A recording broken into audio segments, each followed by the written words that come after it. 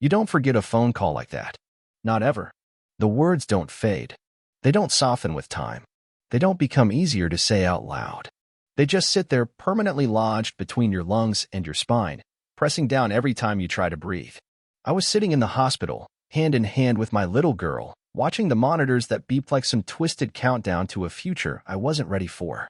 Machines hummed, IVs dripped, and time crawled like it knew I didn't want to see what came next. And then my phone buzzed. Unknown caller. I should have ignored it. God knows I wish I had. But something told me to answer. Maybe I still had a sliver of hope that the woman on the other end might sound like the person I married. Like the woman I once thought I'd die for. It was Claire. My wife. My mistake. She didn't ask how her daughter was.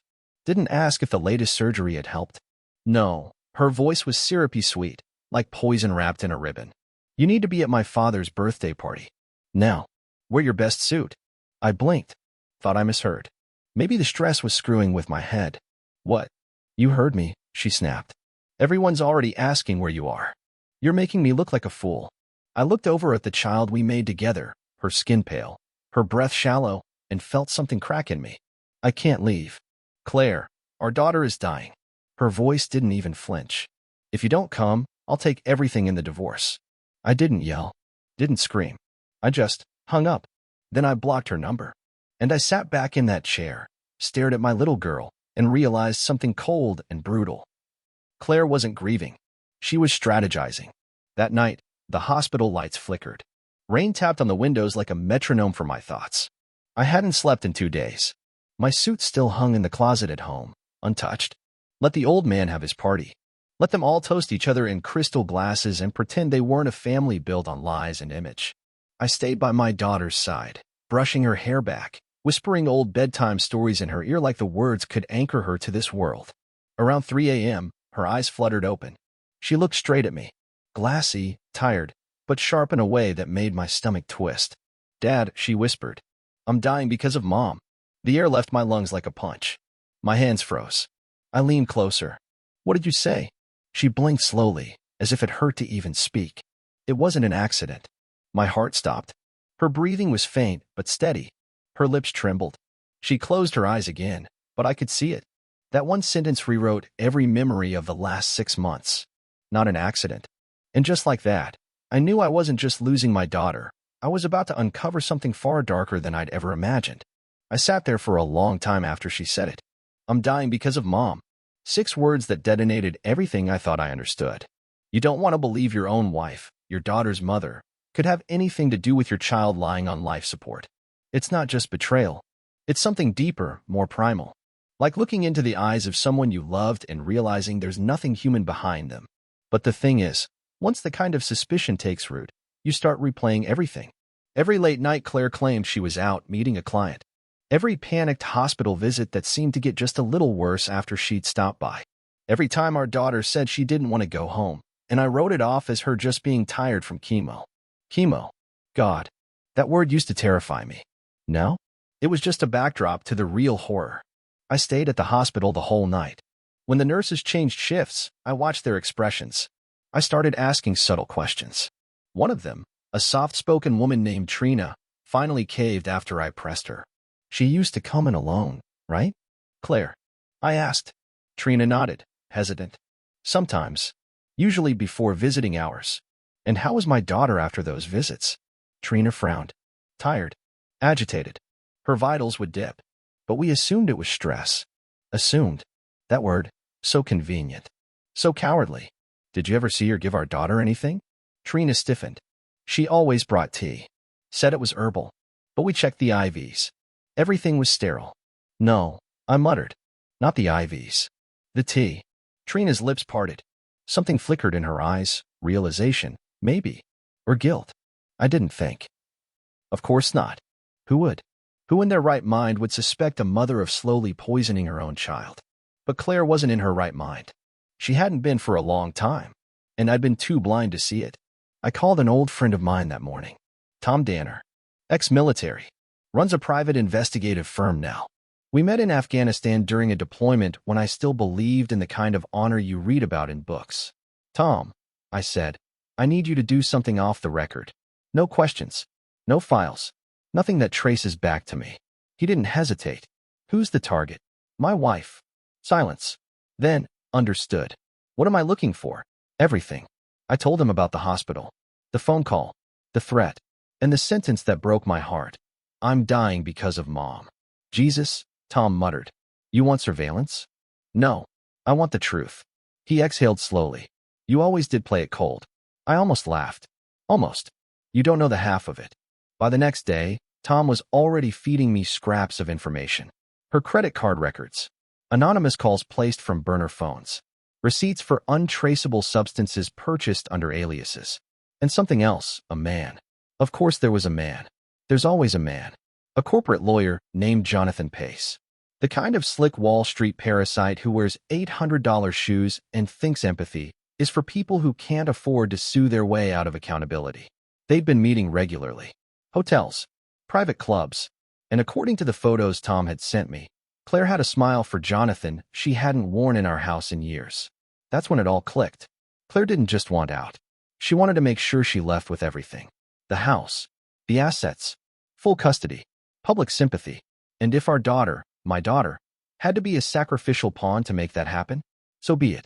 I stared at the photo of them together, Claire in her red dress, laughing, hand on his chest, and made a decision. I wasn't going to yell. I wasn't going to break things. I wasn't even going to confront her. I was going to wait. Because when someone plays a long con on you, the only justice that matters is when you flip the script and watch the trap slam shut on them. And believe me, I just started drawing the blueprints. Some men seek revenge with noise, shouting, breaking, storming out. But I've never been that kind of man. I'm a builder by nature. Measured. Intentional. If something's broken, you don't throw a tantrum. You study the fault lines, trace the cracks, and tear it down piece by piece so it never rises again. That's how I approached this. Claire thought she was playing chess. I was designing the whole damn board. The first step? I got full legal custody. Quietly. I already had Tom gathering evidence, but I needed someone sharper, someone who lived for the courtroom, not the shadows. Enter Meredith Voss, divorce attorney. Ruthless. Elegant. Scared the hell out of opposing counsel. She was the kind of woman who made juries lean forward and husbands look sideways at their wives. I met her in a downtown office. Leather furniture, skyline view, expensive bottled water, served like it was holy. She listened carefully as I laid out the pieces. Claire's threat over the phone, her absence at the hospital, the mysterious tea, the affair, the photos, my daughter's words. When I finished, Meredith sat back and gave me this long, assessing look. You're not here to file? She said. No. You're here to bury her. I didn't answer. She smiled. Good. Meanwhile, Claire still hadn't contacted me. Not once. Not even a half-hearted, how is she? Not a single voicemail. It was as if blocking her number had given her permission to disappear. Which was fine. That silence gave me room to move. Tom got me access to Claire's cloud storage. Password was our anniversary. How quaint. She had dozens of screenshots saved there. Photos of my daughter from the hospital. Text threads. Emails. And one folder that made my stomach ice over. Plan B. Inside were drafted divorce filings. All dated months ago. Claims that I was abusive. That I had a gambling addiction. That I was unstable. Fabricated, every last one. But she was smart. She hadn't filed them yet. Just prepared them. Like a bomb with the pin halfway pulled. She was planning to paint me as the villain the moment it became convenient. To walk away as the poor, betrayed wife who tried everything before I finally snapped. The narrative was already written. She just needed a good crisis to light the fuse. And she thought our daughter's illness would be the perfect match. What she didn't realize. I'd been watching. And now? I was done playing nice. Claire's birthday party photos flooded social media the next day. The same party she tried to blackmail me into attending. In one of them, she's beaming in a floor-length dress, holding a champagne flute, laughing next to her father and, of course, Jonathan Pace. His hand rests on her back a little too comfortably. Her eyes are glazed, lips glossed, everything pristine. A vision of celebration. Meanwhile, our daughter lay in a hospital bed with machines breathing for her. I sent the photo to Meredith. 5 minutes later, she texted back. We use this. You want to take everything in the divorce, Claire? Let's make sure the court sees who you really are. You want to parade around in silk while our child gasps for breath. Let's show the public what that dress looks like next to an ICU monitor. You want full custody? You're not getting supervised visitation. But none of that. None of it prepared me for what happened next. The doctors called that evening. Her vitals were stabilizing. The toxicology results were in. There were elevated traces of something foreign in her blood. Something that shouldn't have been there. Something that wasn't part of her treatment. And it wasn't the hospital's doing. My throat closed up. My mind screamed. My hands went cold. Is it? I couldn't even finish the sentence. The doctor hesitated. We're not ready to make accusations. But this isn't consistent with her prescribed medication. And we have protocols for safeguarding controlled substances. Someone brought this from outside. A chill ran up my spine like I'd touched the grave. Claire. The tea. The private visits. The sudden dips in health after she left. This wasn't just neglect. It wasn't just betrayal. It was attempted murder. You know what they don't tell you about betrayal? That once you see it, really see it, it doesn't haunt you. It hardens you. It drills a cold, unwavering focus into your bones. That's where I was. Not a broken man. Not a grieving husband. I'd already buried the man who used to sleep beside her. I was something new now. Something sharper. And Claire? She was prey. The next day, I met with the hospital administrator. Private meeting. No lawyers. Just a quiet room, a sealed folder, and the look in my eyes that told him, this doesn't stay quiet because of fear. It stays quiet because of timing. The toxicology report sat between us. It wasn't a clerical error, he said, fingers drumming nervously. We checked. Twice. He was sweating. I wasn't. Was it lethal? A long pause. In large enough quantities? Yes. And this compound, I said, turning the report around. Can it be bought legally? Not without a license.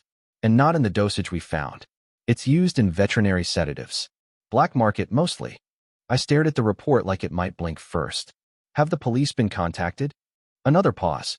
We haven't made that call yet. I smiled. No teeth. Just cold agreement. Don't. Not yet. Let me take it from here. Because the law would show up too late. Too politely. Too by the book. And Claire had written her own book. It just so happened I was writing the ending. Tom was already 2 steps ahead. I had him pull security footage from the hospital's East Wing. The one Claire always used when she needed a moment alone with our daughter. Sure enough, there she was. 3 weeks ago. Red coat. Oversized bag. 15 minutes alone in the room with no nurses present. She left smiling, sipping her own tea. She looked proud. I sent the still to Meredith. Her response was a single sentence. Get custody now.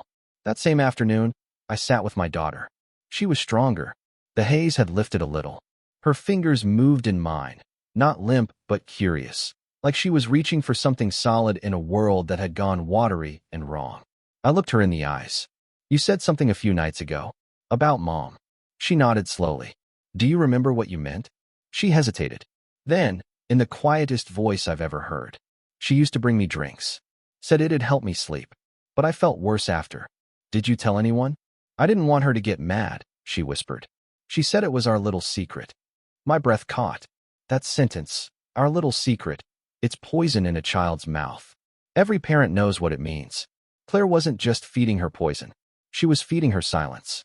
That night, I filed an emergency motion for sole custody. Meredith drafted the documents with surgical precision. Affidavits from doctors, testimony from nurses, footage timestamps, toxicology reports, a sworn statement from our daughter, notarized and sealed. The judge didn't hesitate. I find sufficient grounds to grant full custody to the father effective immediately. Claire didn't even show up to the hearing. She didn't know yet. But oh, she would. I waited 2 more days. Just long enough to finalize the custody order. Just long enough for Tom to trace the payments she made for that sedative, under a fake account, wired to an offshore shell company. The breadcrumbs were there. All I did was shine a light on them. Then I called her, unblocked her number, let the line ring. She picked up on the 3rd try, all cheerful like she'd forgotten what she'd said to me days earlier. Well, decided to finally stop sulking. I didn't answer. I assume you're calling to apologize, she said, voice sugary. No, I said quietly. I'm calling to let you know the court granted me full custody. Silence. What? It's done. You can confirm with your lawyer. Not that I imagine you've told him the full story. Her voice cracked, just slightly. You're bluffing. No court would. They saw the reports. They saw the footage. They read the doctor's conclusions. And they heard our daughter's statement. I let that sink in. Let her feel the floor vanishing under her feet. Then I said, I know everything, Claire. The tea, the sedatives, the man, the plan. And then I ended the call with the same words she'd once used against me. If you don't come clean, I'll take everything in the divorce. She showed up at my door 2 days later. Not the front door, the hospital. Wearing her tailored coat like armor, hair curled like she was walking into a gala instead of a reckoning. Claire never liked hospitals. Said they smelled like failure. Ironic, really. She wore that same perfume she used to wear when she wanted something from me.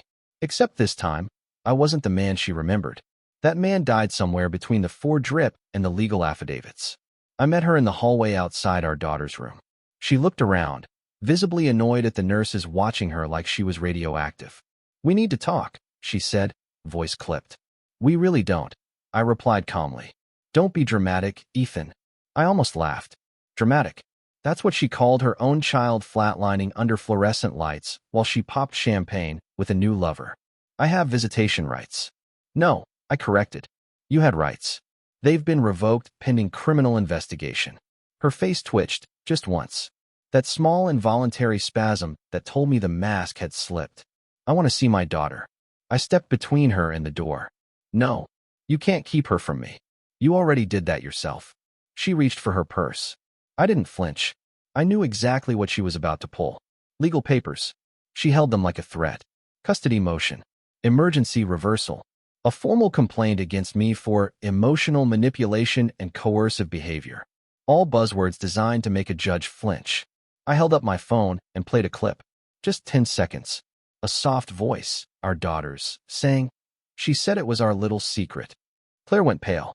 I've got hours of this, I said softly. Security footage. Transaction records. Statements from medical professionals. Expert witnesses. Your burner phone. I leaned in just slightly.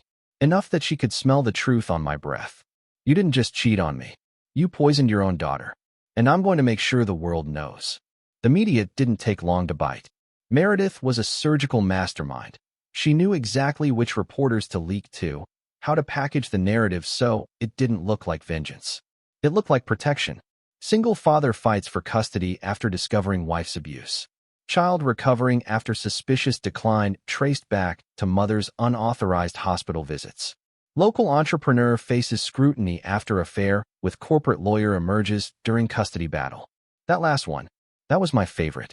Because Jonathan Pace's name wasn't supposed to be in any of it. But it was. Repeatedly. And that's when his firm pulled the plug. He didn't just lose his job. He lost his wife, too. Turns out she didn't appreciate finding hotel receipts dated on her birthday. Ironic, isn't it? The two of them tried to trade up and ended up bankrupting each other. Claire tried to play the victim, of course. Hired a PR firm. Gave a weepy interview to a sympathetic online outlet where she claimed she was struggling with postpartum trauma, even though our daughter was 8 years old. It was weak, transparent, desperate, but the court didn't buy it. Neither did the public. I watched as she spiraled, slowly, publicly. The woman who once walked into every room like she owned the air now couldn't step outside without hearing whispers behind her back. That's when the calls started. Not from her, from her lawyer. He begged for a settlement. Begged for mercy. Said Claire wanted to move on with her life quietly. I told him something simple. She should have thought about quiet before she played God with mine. 1 month later, I walked my daughter out of the hospital. She was still thin, still a little shaky, but she held my hand with a grip that told me she wasn't going to break again. Not on my watch. We passed the news crews without a word. I shielded her from the flashes. From the questions. From the world that now knew just enough to be outraged. And once we got home, I let her sleep in my bed, just for one night. Because when your entire world's been torn apart by someone who was supposed to love you, sometimes all you need is one safe place. And I promised her she'd never have to doubt that again. I wasn't trying to win anymore. I already had. My daughter was home, breathing, laughing again, coloring wolves in her sketchbook like nothing had happened. Except now. Every time she reached for her tea, I checked it first. Reflex. Habit. Trauma you don't forget. And Claire? She was unraveling. Fast. Jonathan Pace filed a defamation lawsuit against me 2 weeks later. A last-ditch, paper-thin attempt to claw back control. His lawyer was one of those slick-suited, soundbite-savvy types who believed every mess could be handled with enough denials and non-disclosure agreements. He came at me swinging, with phrases like unlawful exposure, reputational damage, and loss of future earnings. I responded by handing Meredith a flash drive. Inside, a set of time-stamped videos from the Ritz-Carlton hallway security. Claire and Jonathan, holding hands, entering room 1203, and exiting 3 hours later. The time? 9:03 p.m. The date? 1 hour after Claire told me she was sitting vigil at our daughter's bedside. Meredith smiled as she filed the motion to dismiss. With prejudice. By the end of the week, Jonathan had quietly withdrawn the lawsuit and deactivated his social media. His firm's board released a statement citing ethics review. He was gone. Good riddance. But Claire, she wouldn't go quietly. She showed up at my place again. This time without the heels or the lipstick. Just a hoodie, no makeup, and a look in her eyes like she was finally realizing this wasn't some nightmare she could blink away. You ruined me, she said. I didn't even flinch. No, Claire. You did that all by yourself. She looked around our living room. The family photos had changed. No more curated vacation shots. No more magazine smiles. Just me and my daughter. Bike rides, hospital bracelets, her 8th birthday party, the one Claire didn't bother to show up for. You're going to pay for this, she whispered. No, I said. You're going to pay court fees, restitution, supervised visitation, and therapy for the next decade so our daughter never again doubts what love is supposed to feel like. Her lips quivered, but not from sadness. From hate. She wasn't crying because she felt guilt. She was crying because she lost. Later that week, I got a call from Meredith. You sitting down? She asked. Hit me. Her lawyer floated an offer. Full divorce settlement. She walks with nothing but her personal effects. No alimony? None. But she wants a clause. Of course she does. She wants you to sign an NDA. I laughed so hard I actually dropped my coffee. An NDA? After everything? No, I said. You sure? This ends it clean. Exactly why I'm not signing it. You want her reputation to bleed? She was never bleeding, I said. She was feeding. Pause. You're not afraid of her coming back? She already did. And I buried her with the truth. I didn't want revenge anymore. Not the dramatic kind. I wanted her to live long. To see what she threw away every time she picked herself over the people who needed her. I wanted her to see the daughter she abandoned grow into someone stronger than either of us. And I wanted her to feel that absence in every hollow corner of her life. You see, sometimes the most brutal revenge isn't destruction. It's exclusion. It's being cut out of the life you were supposed to protect. Forever. That night, as I tucked my daughter in, she looked up at me and whispered, Are the monsters gone now? I paused. Then I kissed her forehead. They're not gone, I said. But they don't get to come inside anymore. The funny thing about wreckage, most people only see the pieces. They forget about the quiet that comes after. Not peace. Not really. More like a hush.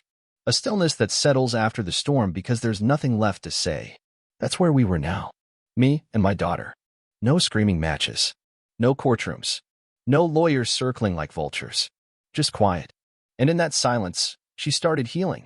She asked fewer questions about her mother. Stopped checking the window every time a car pulled into the driveway. She didn't cry at night anymore. Didn't flinch when I poured her a drink. But every once in a while, her little voice would ask things like, Will Mom be nice again someday? And I'd sit there, choking back 1,000 truths. No, sweetheart. But you'll be strong enough that it won't matter. Because I'm done lying. Even to a child. Especially to a child. Claire had her chance. And she used it to climb into another man's bed while her daughter was dying across town. Meanwhile, Claire was unraveling in public. Slowly. Spectacularly. She tried damage control, of course. Started her own blog. The truth behind the headlines. Claimed I was an abusive husband. Claimed I had forged documents, manipulated the court, turned our daughter against her. But lies sound hollow when the truth's already gone viral. Every time she posted, someone would reply with, Didn't you bring drug tea to your sick kid? Or, You going to mention the affair with Jonathan Pace? Or just skip to the victim part? Eventually, the comments outnumbered the likes. Her blog shut down. No explanation. Just vanished. Even her closest friends began to ghost her. One by one, they disappeared. Turns out, the same people who clapped for your curated photos don't want blood on their feed when things get real. But I wasn't watching her spiral for entertainment. I had work to do. My daughter's new school had a trauma-informed counselor. First session was rocky. She didn't want to talk. Just colored a wolf with gray eyes and sharper teeth than a child should draw. But the counselor was patient. She started with games, with stories, with play. Then slowly, the pieces came out. She said I had to drink it so I'd get better. She said Daddy didn't understand how special her tea was. She told me not to tell. Said I'd get her in trouble. Every sentence was a dagger. And every one of them matched up with the timeline we'd already built. We had the court case closed. But now we had the motive. We had the pattern. And Meredith? She was already 10 steps ahead. You still want to go criminal? She asked me over lunch one day. It was cold that day. Bitter wind. The kind of wind that strips leaves and illusions. I want what's fair, I said. Fair. She smirked. Ethan, what she did doesn't deserve fair. It deserves public ruin. I looked her in the eye. She already got that. Not officially. I shook my head. Then let her rot in her own silence. Let her wonder when the next subpoena is coming. When the cops are going to knock. Let her live in fear of justice. Passive revenge? No, I said. Slow. That night, I lit a fire in the backyard. Not for warmth, just to watch something burn that needed to. I took out the last photo album that had Claire in it. Tore out each page, one by one. Tossed them in. Not in anger. Not in grief. Just ceremony. And as the last photo curled into black ash, I looked up at the house. Through the window, I saw my daughter, safe, warm, asleep under the blanket my mother knitted before she passed. Her little chest rising and falling steady. That was my victory. Not headlines. Not courtroom applause. Her peace. That was the only trophy I needed. It started with a letter. A real one, envelope, stamp, smudged return address. No logo, no sender name. Just my name in block letters. Like it was written by someone who didn't want to be recognized or couldn't risk being known. Inside was a single sentence. You don't know what Claire did before your daughter got sick. That was it. No signature. No threat. No plea. Just a fuse, lit and tossed at my feet. Now I'm not the type to chase shadows. Not anymore. But there was something about that note. Something raw in the way it was written. Like whoever sent it had been holding on to it for too long. So I started digging. Tom helped, reluctantly. Said the past was best left buried, but I reminded him. Buried things still rot. And rot spreads. So we pulled Claire's records. Not the surface stuff. The deep files. Insurance. Medical. Transaction history from years back. Stuff I never thought I'd have reason, or the stomach, to look into. And there it was. 3 years ago. A hospital visit. Not for her. Not for our daughter. For a pregnancy. Terminated. 2 months before she told me she had food poisoning. 2 months before she swore she was too tired for intimacy. It wasn't mine. And it wasn't an accident. Now, I don't moralize. I'm not here to debate rights or choices. But what gutted me wasn't the decision. It was the deceit. While I was planning our future, new house, new school district, she was wiping away the evidence of a man I never even knew existed. And then crawling back into my bed like nothing had happened. Claire hadn't just betrayed me when our daughter got sick. She'd been poisoning us long before that.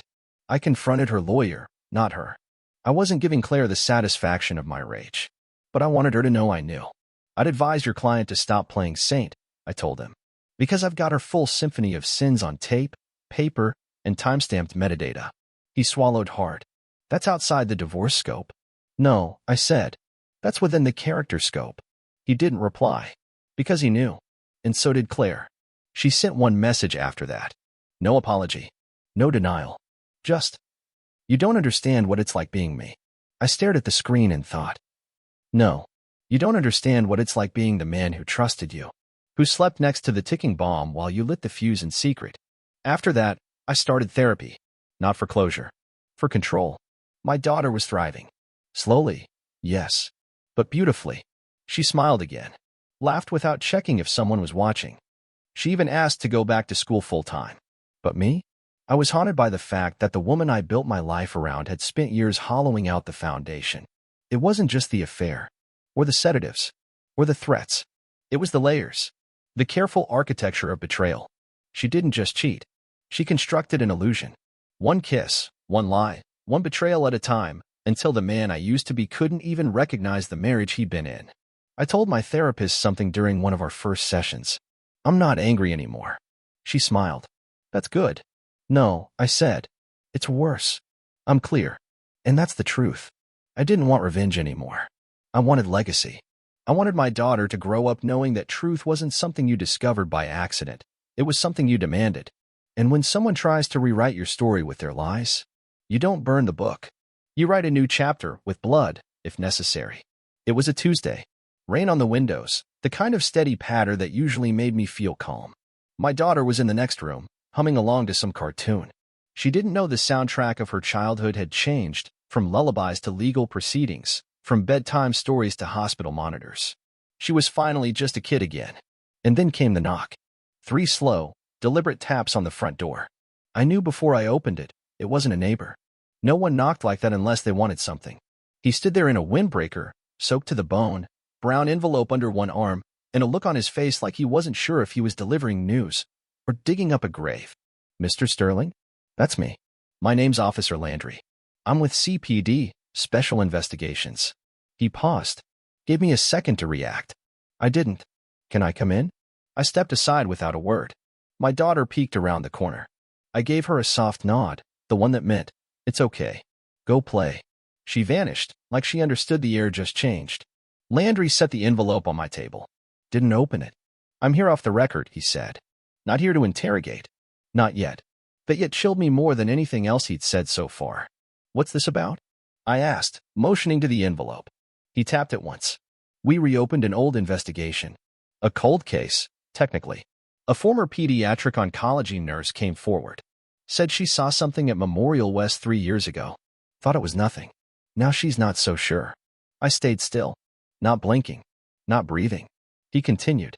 She identified your wife, Claire. Said she recognized her from the news coverage. I didn't speak. She claims Claire brought a different child in during that time. Not your daughter. Someone else. I finally found my voice. Who? Landry shook his head. That's the problem. There's no paperwork. No intake. Just a surveillance timestamp. Woman matching Claire's description wheeling in a sedated child, who was never admitted. They were in and out in under 15 minutes. I said nothing, because I didn't have a word for the feeling in my chest. It wasn't anger. It wasn't fear. It was freefall. Did she know the child? We're not sure. Could have been a friend's kid. Could have been something else.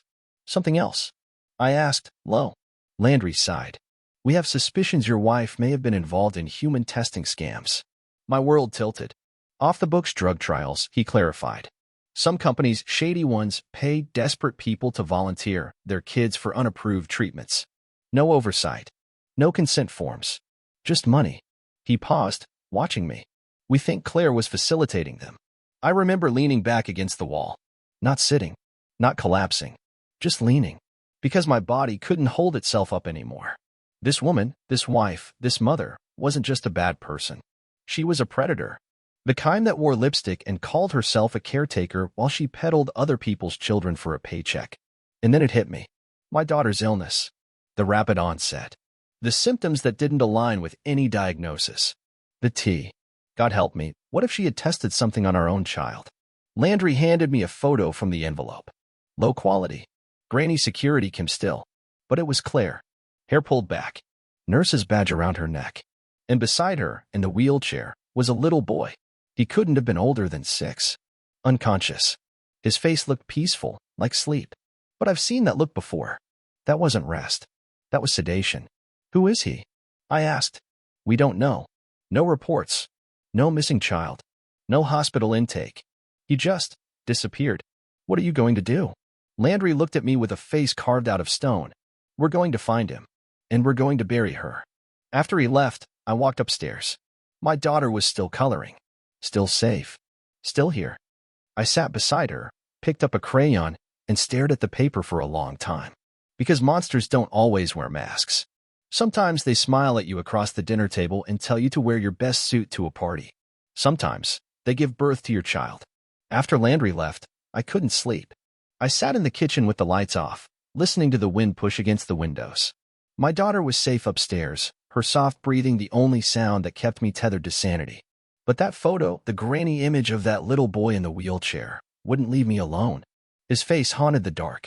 Because even though I didn't know his name, I recognized him. Not the face. The position. The same slouch posture. The same limp arms. The same blank expression my daughter had the day she almost didn't wake up.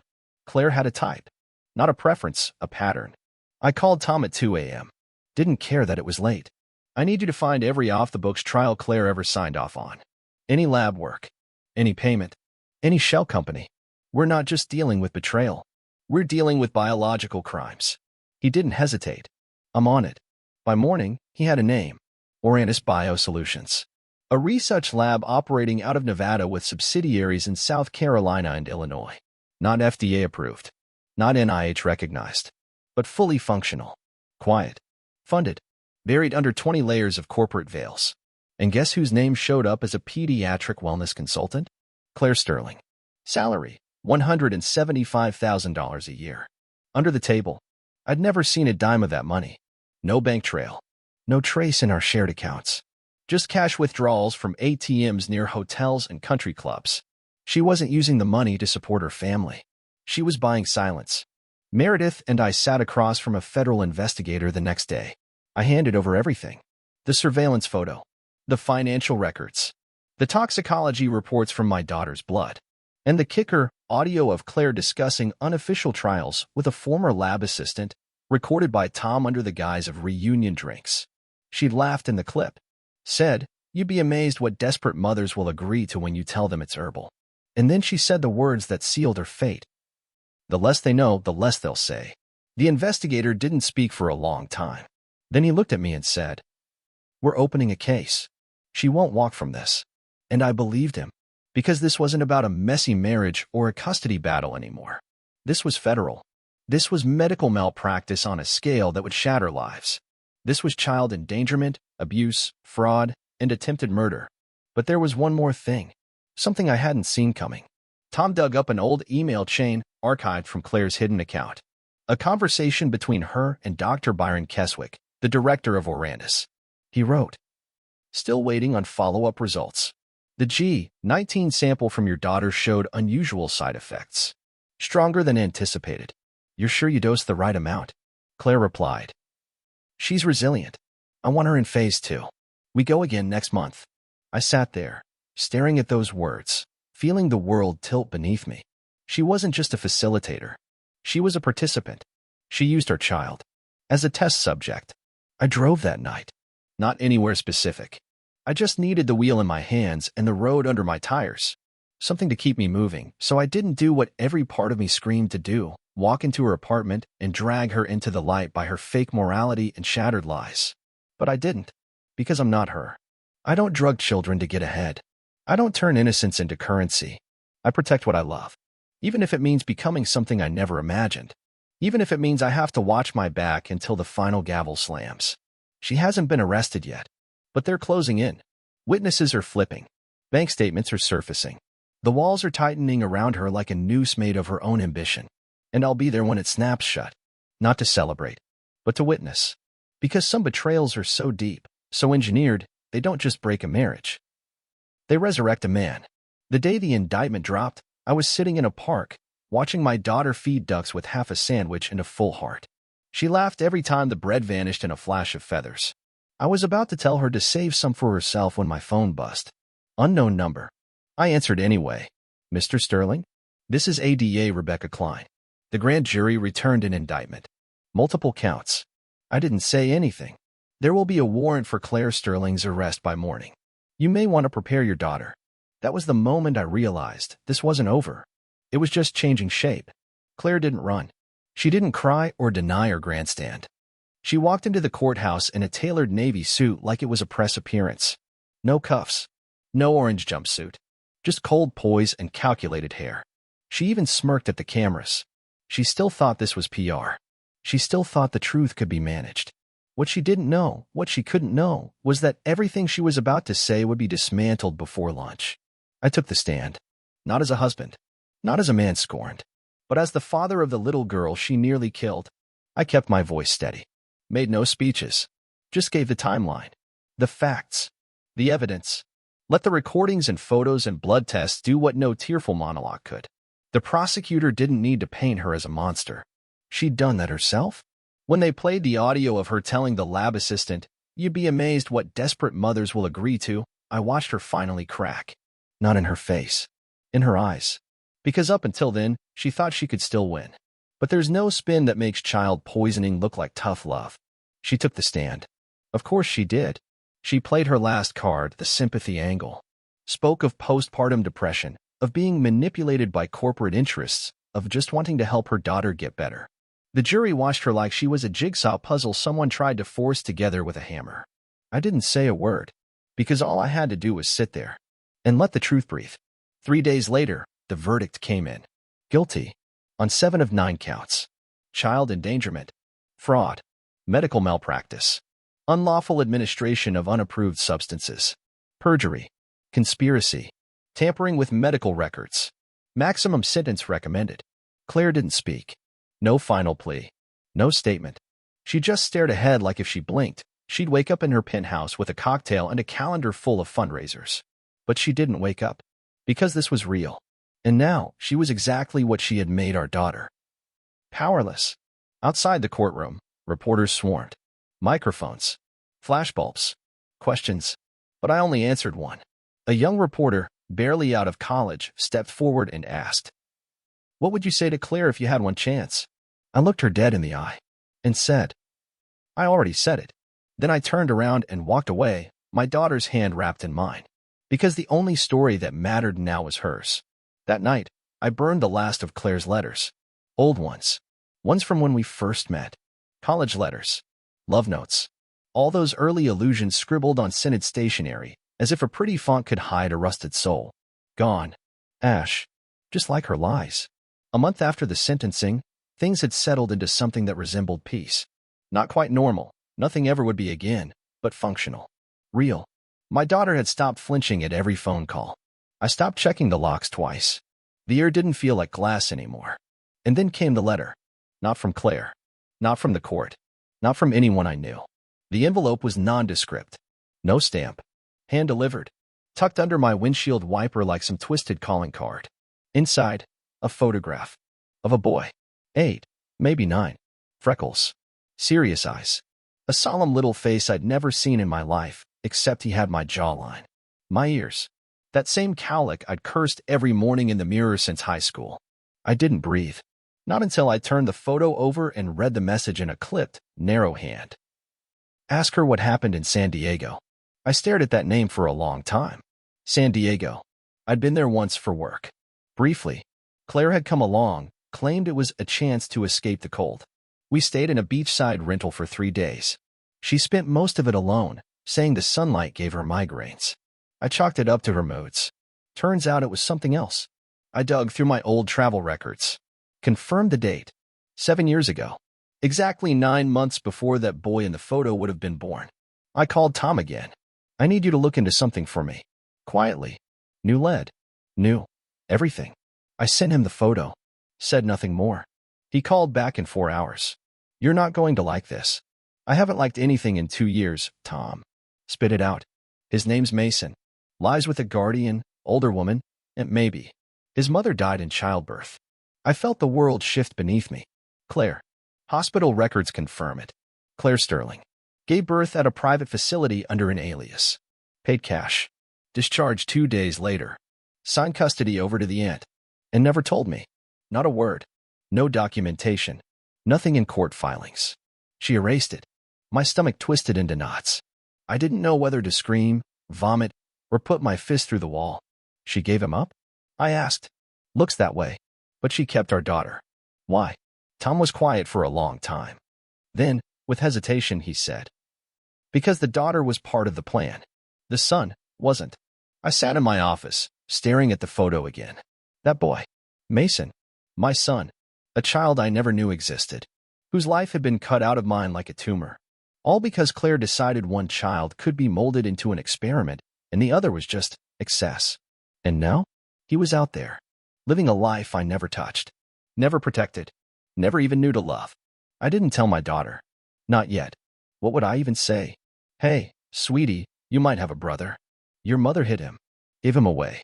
Probably because he wasn't useful to her agenda." No. That conversation needed time. And care. And a hell of a lot more truth than I had in my hands. But one thing was certain now. Claire wasn't just guilty of what she did to our daughter. She'd stolen a life from me. From him. A son. My son. And now, as she sat behind bars, trying to play the misunderstood genius, I had leverage she never saw coming. She thought she'd played her last card. But she forgot. Secrets are the currency of control. And I just found the buried vault. I didn't sleep that night. Not even a little. I kept the photo of Mason on my desk, under the soft glow of the lamp. The more I stared, the more I saw pieces of myself in that boy's face, the same sharp brow, the same cautious mouth. But it wasn't just the resemblance that got me. It was the emptiness. A kind of weight behind his eyes. Like a kid who'd learned not to expect answers because no one ever gave him the truth. That haunted me. Because I knew that look. I'd seen it in the mirror for the last 2 years. Tom found the aunt. Her name was Diane Owens. Retired teacher. Lived just outside Sacramento. Had taken Mason in the day he was born and raised him like her own. She's not part of the scam, Tom told me. Didn't even know Claire was married. Said some friend from college got pregnant. Couldn't keep the baby, asked her to step in. Claire paid her under the table to avoid legal entanglements. No agencies. No courts. Just signatures and cash. Does Mason know? Tom hesitated. That's the part you're not going to like. Diane told him she was his mother. I felt my gut twist. She what? She was afraid he'd grow up thinking he was unwanted. Thought if she kept it clean and simple, he'd feel safe. So instead, he's living a lie. Tom sighed. She thought she was protecting him. I ran a hand through my hair, stared at the ceiling like maybe something divine would drop a manual down and tell me how to do this without shattering someone's life. No such luck. I reached out to Diane. Didn't threaten. Didn't accuse. Just asked for 15 minutes. She agreed, reluctantly. We met at a small cafe, quiet, tucked off a side street where no one would recognize the man who dragged his wife's crimes through national headlines. She was already seated when I arrived. Mid-60s, neat hair. Eyes like someone who'd seen war and survived it in silence. You look just like him, she said before I even sat down. So I've heard. We didn't order anything. This wasn't coffee. This was confession. She explained everything. Claire had shown up one night, 6 months pregnant, scared, manic, insistent. Said she couldn't raise another child. Said her husband was dangerous. Unstable. Said the pregnancy was a mistake that threatened everything she'd built. I didn't know what to believe, Diane admitted. But I couldn't let a child go to the system. So I took him. And never told him the truth. I was going to, she said. One day. When he was older. But then the stories about Claire hit the news. The trial. The poisoning. The lab testing. And I thought, how do you tell a boy that is his mother? I leaned forward, looked her dead in the eyes. You don't start with his mother, I said. You start with his father. She brought Mason to a park the next day. Told him he was meeting an old friend from her past. He was taller than the photo. Quiet. Reserved. But alert. Like a kid who noticed everything but rarely spoke it aloud. I didn't tell him the truth. Not then. Not all of it. I just talked. We sat on a bench. I asked about his drawings. He liked monsters. Said they were more honest than people. He didn't say it with anger. Just fact. Like someone who'd learned it early. I told him I used to draw wolves at his age. He said, wolves are cool. They don't pretend to be nice when they're not. And just like that. I knew. He was mine. Not because of blood. Or eyes. Or ears. But because he spoke pain like a language I'd forgotten I once learned. I didn't tell my daughter yet. Didn't tell Mason either. Because that truth? That one's a nuclear warhead. You don't detonate it unless you're ready for fallout. But I knew. It was coming. Because secrets don't stay buried. They grow teeth. And Claire? She was about to find out her favorite lie had just turned into my favorite weapon.